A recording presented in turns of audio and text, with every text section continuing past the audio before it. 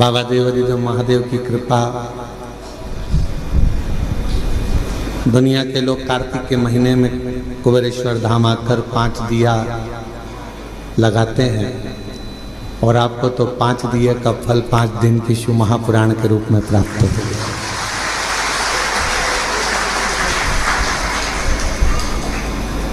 बड़ी कृपा करी है बाबा ने आपका।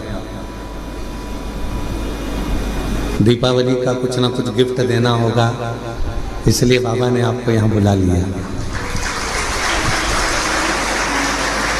कहते हैं दीपावली पर्व पर सारी कंपनियां कुछ ना कुछ देती है? जहाँ नौकरी करते हैं वो भी आपको कुछ ना कुछ देकर विदा करते हैं।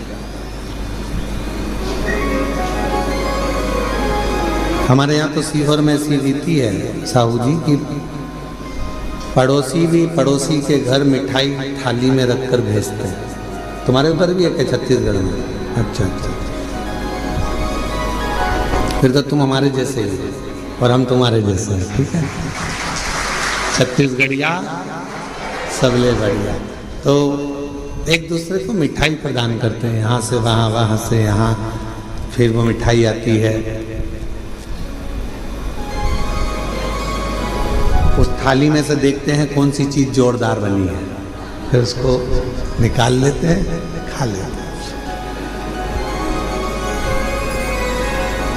जब पड़ोसी पड़ोसी के घर में दीपावली पर मिठाई भेजता है तो निश्चित है कि आप यदि कुबेरेश्वर धाम पर आए हो या ऑनलाइन अपने अपने घरों से शिव महापुराण की कथा को इस कुबेरेश्वर बाबा की पवित्र धरा से श्रवण कर रहे हो, तो निश्चित है कि मेरा कुबेर भंडारी भी आपकी झोली में कुछ ना कुछ जरूर देगा, ये निश्चित है। और मैंने तेरे ही भरोसे बाबा, तेरे ही भरोसे हवा बिछ उड़ती जागी, बाबा डोल है तो छड़ी नाम कटी जागी। भोले मैं तेरी शंभो मैं तेरी हवा बिछ उड़ती जागी, बाबा डोल है तो छड़ी नाम कटी जागी। शिव कथा मानव जीवन के लिए एक औषधि का कार्य करती है।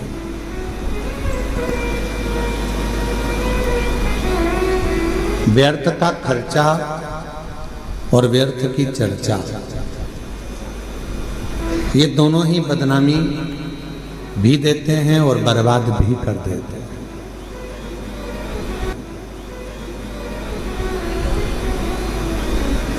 आप किसी की व्यर्थ चर्चा करते रहो तो लोग आपको बदनामी का ठिकरा दे देंगे, इसके पास तो कोई काम नहीं है, निंदा में ही लगा रहता है, निंदा में ही लगी रहती है। तो अपनी ये मानव की जिंदगी, मनुष्य का शरीर, ये मानव की देह बड़ी मुश्किल से तो मिली है। ना जाने कितने पापड़ वेले होंगे तब जाकर तो अपने को ये मानव का शरीर मिला। 83,99,999 जीवन को निकालने के बाद, योनियां काटने के बाद ये मानव की देह में, और 84 लाखवें नंबर की अगर ये देह हमको और आपको प्राप्त हुई है और इसको भी हमने व्यर्थ चर्चा में निकाल दिया, तो फिर ये मानव शरीर भगवान क्यों देगा? एक बहू को सास ने पानी भरने के लिए भेजा कि ये तू मटका लेकर जा, पानी भर कर लेकर आ, और वो मटका लेकर गई और मटके को फोड़ दिया। बाल्टी में रस्सी बांधकर नीचे कुएं में उतारना था, उसने मटके में रस्सी बांधकर कुएं में उतार दिया। अब मटका भर कर आ रहा था और झूलते झूलते कुएं के अंदर टकराया, फूट गया। अब जो ऊपर आया वो मटका नहीं था, केवल पानी का मुंह था वो मटके का। अब उसने सोचा कि मटका तो मेरा फूट गया, सास पूछेगी कि कहाँ गया, तो उसने वो मटके का जो मुंह था उसको सिर पे रख लिया, क्योंकि मटका लेकर आई थी तो मटके का मुंह सिर पे रख के लेकर और पहुंच गई घर। सास ने पूछा क्यों री बेटा? जल भरने गई थी तो वो मटका कहाँ गया? तो सास से कहा कि वो तो मैं जल भर रही थी तो फूट गया। तो कहा कैसे फूट गया? तो कहा तू तो पानी भरने गई थी। तो कहा मटके का मुंह बांधा, कुएं में उतारा, टकराया, फूट गया। सास ने कहा तूने बाल्टी को नहीं बांध कर नीचे डाला था? तो कहा मैंने सोचा डायरेक्ट एक ही को भर लेती हूँ, बार बार भरूंगी जाएगा, इससे अच्छा एक ही में भरा जाए। फूट गया। सास ने कहा चल अगली बार तू अच्छे से संभल के लेकर आना। दूसरी बार फिर भेजा उसको। अब की बार लेकर चली थी तो लेते लेते जब पानी भर कर लेकर आ रही थी तो उसके सिर में चल गई खुजाल। अब सिर पे जो मटका रखा था तो उसने कहा ये मटके को पड़ोसन को दे दूं। पड़ोसन बड़ी वृद्ध थी, संभला नहीं, मटका नीचे गिर गया, टुकड़े टुकड़े लेकर वापिस आ गया। अब जब टुकड़े टुकड़े लेकर वापिस आई और टुकड़े टुकड़े लेकर जब वापिस पहुंची, फिर सास ने पूछा क्यों मटका कहाँ गया? वो तो ये टुकड़े टुकड़े हो गए, फूट गए। अब आपसे हम पूछें, छत्तीसगढ़ की जीजियों और जितने भी मेरे जीजा हुन बैठे हैं, जगह जगह से आए हुए जीजिए जीजा बैठे, आपसे हम पूछें कि ईमानदारी से बोलो, एक बार मटका तोड़ दिया, 2 बार तोड़ दिया, 3 बार तोड़ दिया, 4 बार तोड़ दिया, फिर 5वीं बार सास तुम्हें पानी भरने भेजेगी क्या? जम के तो बोलो जरा, नहीं भेजेगी। क्यों? सास को मालूम है मैं मटका देकर भेजूंगी और ये तोड़ देगी, हर बार नुकसान करेगी। इससे अच्छा है कि मैं पानी खुद भर लाऊंगी या दूसरे से भरवा लूंगी, पर इसको नहीं भेजूंगी। बस परमात्मा भी यही सोचता है, एक बार देह दी, मानव का शरीर दिया, इसने भजन नहीं किया। दूसरी बार मानव का शरीर दिया, इसने भजन नहीं किया। तीसरी बार फिर मानव का शरीर दिया, इसने भजन नहीं किया। तो चौथी बार परमात्मा तुम्हें मानव बना के भेजेगा। जब जब मनुष्य का शरीर पाया, दिन भर इधर की चर्चा, उधर की चर्चा, इधर की बात, उधर की बात, तो अगली बार भगवान ने सोच लिया कि इसको मानव बनाकर नहीं भेजना, मेंढक बनाकर भेज देना। जब व्यर्थ की ही चर्चा करता है, व्यर्थ की ही चर्चा में लगा रहता है, तो फिर इसको मानव का देह क्यों मिला? ये मानव का शरीर क्यों मिला? शिव महापुराण की कथा कहती है व्यर्थ खर्चा और व्यर्थ चर्चा। व्यर्थ खर्चा भी ऐसा ही होता है, फालतू का खर्चा कर रहे हो, यहाँ लगा रहे, वहां लगा रहे, वहां लगा रहे, अच्छी जगह नहीं लगा पाए तो फिर तो जीवन बेकार।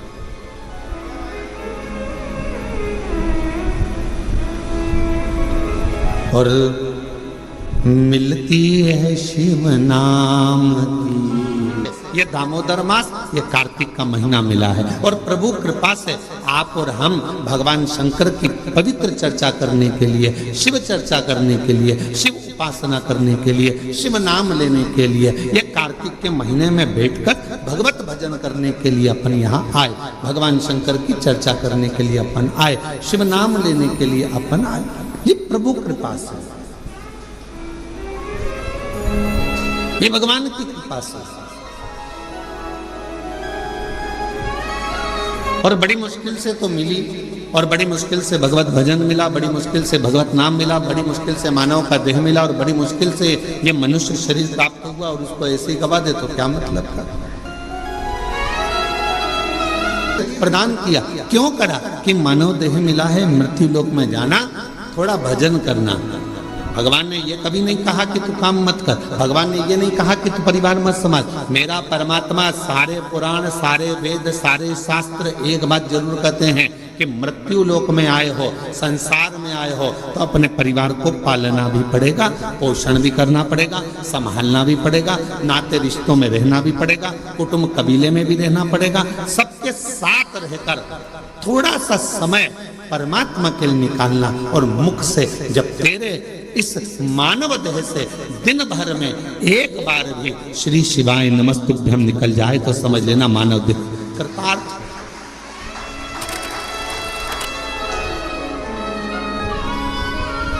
ये मानव देह श्रेष्ठ है।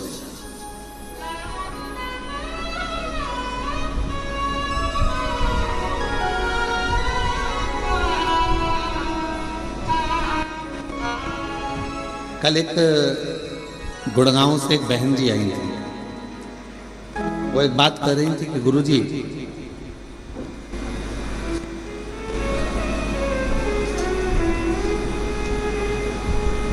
मैं जहां रहती हूं उस गांव, उस सोसाइटी से शिवजी का मंदिर कम से कम 3 किलोमीटर दूर है। ऐसे कहूं कि मुझे तो 3 किलोमीटर दूर मंदिर लेकर जा, ले जाएगा क्या? अरे बोलो तो जम के। मैं अपने पति से कहूं कि तू 3 किलोमीटर दूर मुझे मंदिर लेकर चल, रोज रोज ले जाएगा क्या?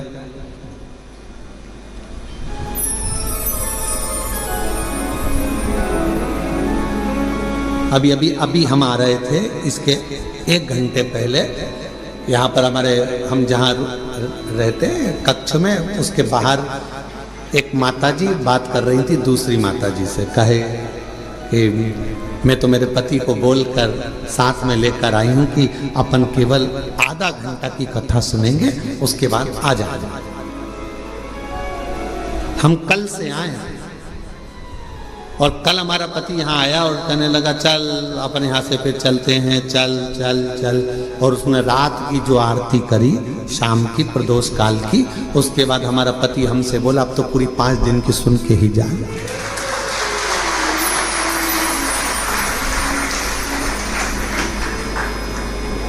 तो माता जी ने पूछा नोएडा वाली ने कि गुरुदेव ये बताओ कि हम 3 किलोमीटर दूर ना बेटा लेकर जाए, 3 किलोमीटर दूर ना हमें हमारा पति लेकर जाए, 3 किलोमीटर दूर बिना मैं साधन के जा नहीं सकती, और नीचे उतर के इतनी ट्रैफिक में जाऊं और कुछ हो जाए, शरीर को कोई ठोकर मार जाए, टल्ला देकर चले जाए, शरीर में कष्ट हो जाए, तो फिर मंदिर कैसे जाऊं? अब आप बताओ, आप कहते हो सारी समस्या का हल 1 लोटा जल। अब ये समस्या भी मेरी मिटाओ, ये भी समस्या। अब तुम बताओ कि मैं जाऊं तो जाऊं कैसे? तो हमने कहा मां, शिव पुराण की कथा कहती है जब तक शरीर चले तब तक भगवान के मंदिर जाकर 1 लोटा जल चढ़ाओ, और जब तुम्हारा शरीर ही इतना भारी हो गया, चल नहीं पाती हो, जा नहीं पाती हो, तो फिर एक काम करो, अपने घर के अंदर जो शिवलिंग है उस शिवलिंग पर जल चढ़ाओ और बाबा से प्रार्थना करो कि मेरे इस जल को महाकाल राजा तू स्वीकार करना, मेरे इस जल को काशी विश्वनाथ तू स्वीकार करना, मेरे इस जल को बाबा वैद्यनाथ तुम स्वीकार करना, मेरे इस जल को हे कृष्णेश्वर नाथ तुम स्वीकार करना। करेगा वो?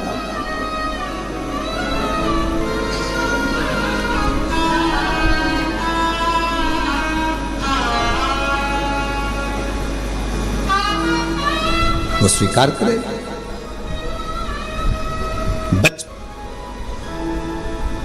बच्चा जब बड़ा हो जाता है, उसे भूख लगती है, प्यास लगती है, तो वो अपने माता पिता के पास आता है।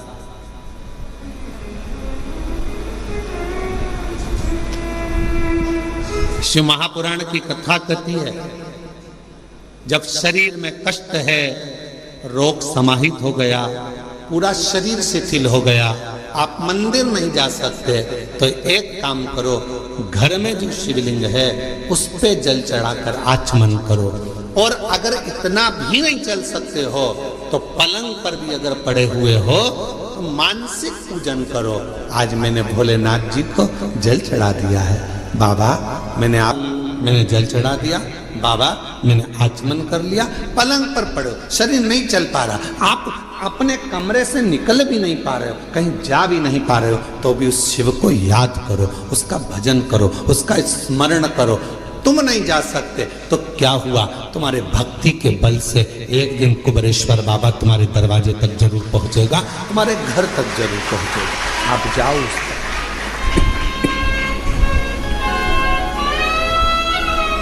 तेरे मंदिर में आना मेरा काम है और मेरी बिगड़ी बनाना तेरा।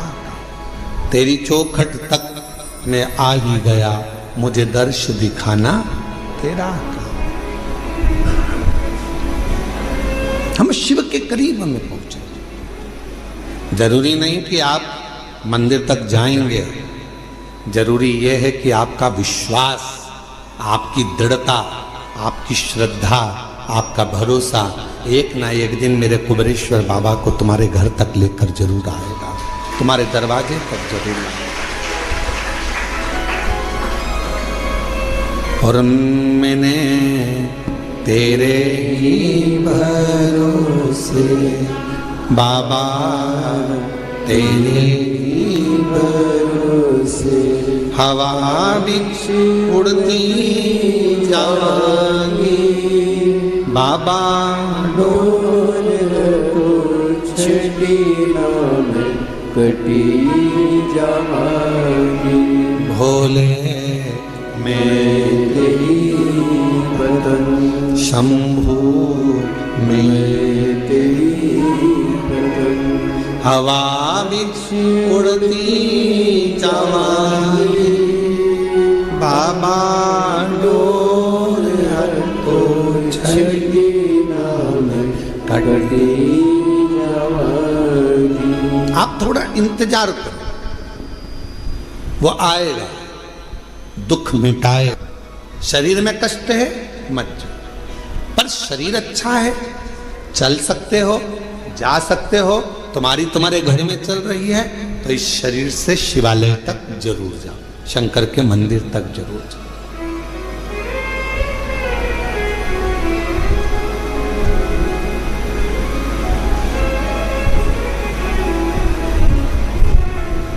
उसके द्वार तक पहुंचने का प्रयास जरूर करो।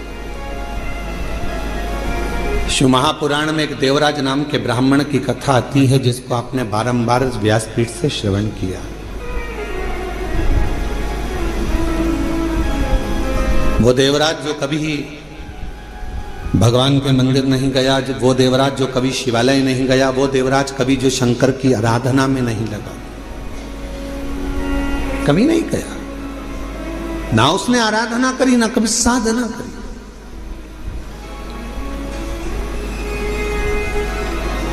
चोरी का धन लिया,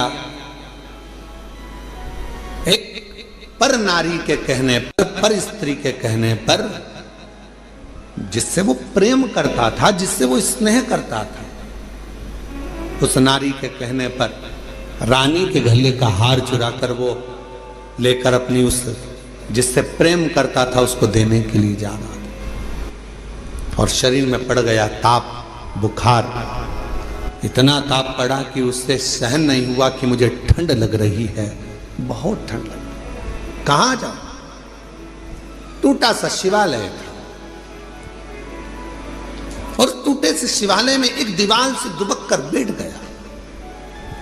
अब उसको क्या मालूम कि अंदर एक कोई विद्वान ब्राह्मण बैठा हुआ है और वो शिव महापुराण का पाठ कर रहा है, शिव महापुराण को श्रवण करा रहा।